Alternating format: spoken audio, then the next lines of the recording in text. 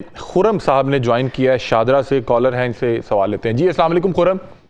वालेकुम सलाम भाईजान, खैरियत से हैं? अल्हम्दुलिल्लाह, अल्लाह का शुक्र। जी खुरम, सवाल कीजिएगा।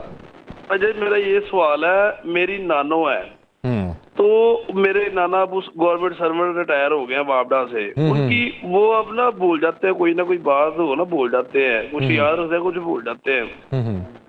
अब उनकी जो पेंशन मिलती है ना, अब जो मेरी नानी है वो भी उम्र दराज है, मेरा नाना भी उम्र दराज है। जी जी। तो वो जो हमारे जो बच्चे हैं ना, वो जो मेरे मामू है वो कहता है मुझे पैसे दे, नानी कहती है मुझे दे, जो मेरे मामू के बेटे हैं वो कहते हैं मुझे दे, मगर दोनों का कोई हाल नहीं।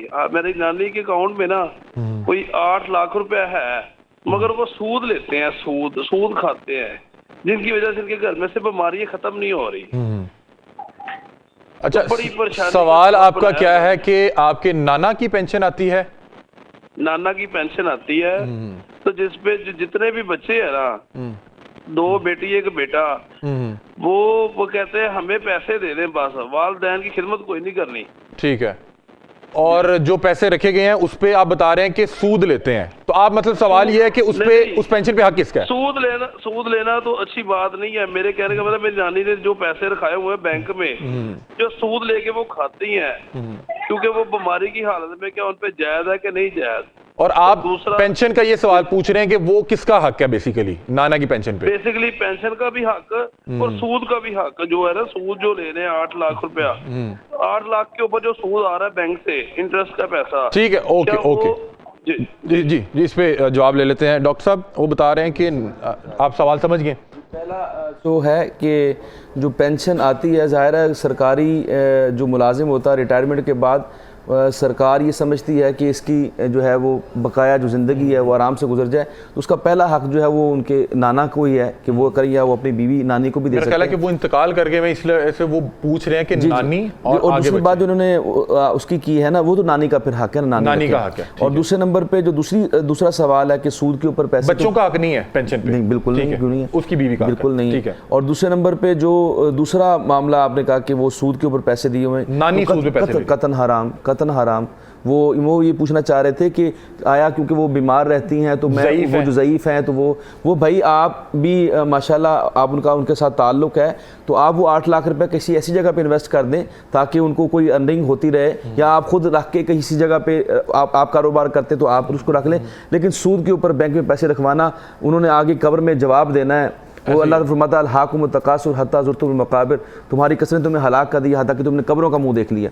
तो अब वो नानी जो है जो आखिर पे हैं, तो मेहरबानी फरमाए उनके ऊपर ये हराम माल जो उनको ना खिलाएं। और सबसे अच्छी चीज़ ये है कि इन्हें इस चीज़ का एहसास है कि ये गलत हो रहा है। मतलब कि उन्होंने, अगर आप सवाल किया तो वो शायद वो बता रहे हैं कि वो जो पेंशन की रकम आ रही है उस पर नानी को तो वो मिल रहा है या नहीं मिल रहा। आगे बच्चे, मेरा ख्याल है कि वो जो है सीना झपटी कर रहे हैं, जिसपे वो पूछना चाह रहे थे कि एक्चुअल वो किसका हक है, तो वो उनकी अहलिया का ही हक है।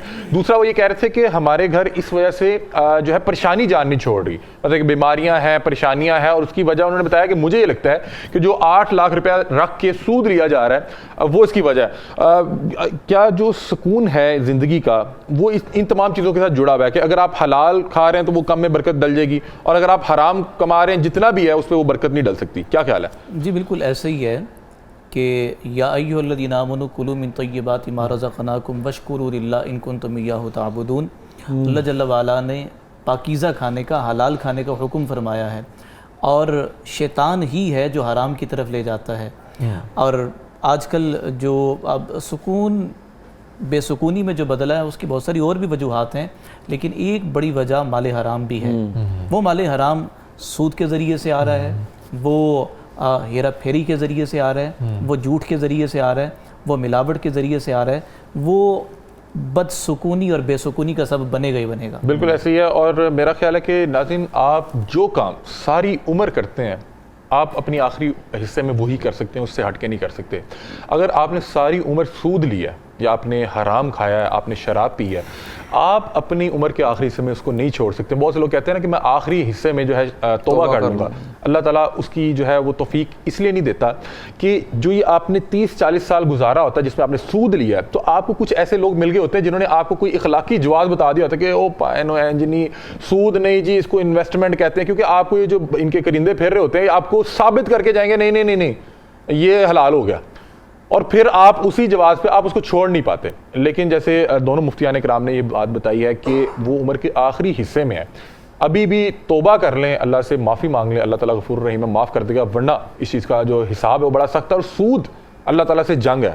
اور آپ دیکھیں کہ آپ جس وقت اپنی کمزوری کی انتہا پہ پہنچنے والے, دوبارہ ایک تو بچہ کمزوری کی انتہا پر ہوتا ہے, اور اس کے بعد جب آپ بزرگی میں جاتے ہیں تو دوبارہ آپ کا بچپن لوٹ آتا ہے, اور آپ اس وقت بھی اللہ سے جنگ کی حالت میں ہے. تو یہ میرا خیال ہے کہ اللہ کے ساتھ نہیں, اور رسول اللہ کے ساتھ بھی ہر بھی من اللہ و رسول, یعنی اس میں اللہ اور اس کا رسول بھی شامل ہے.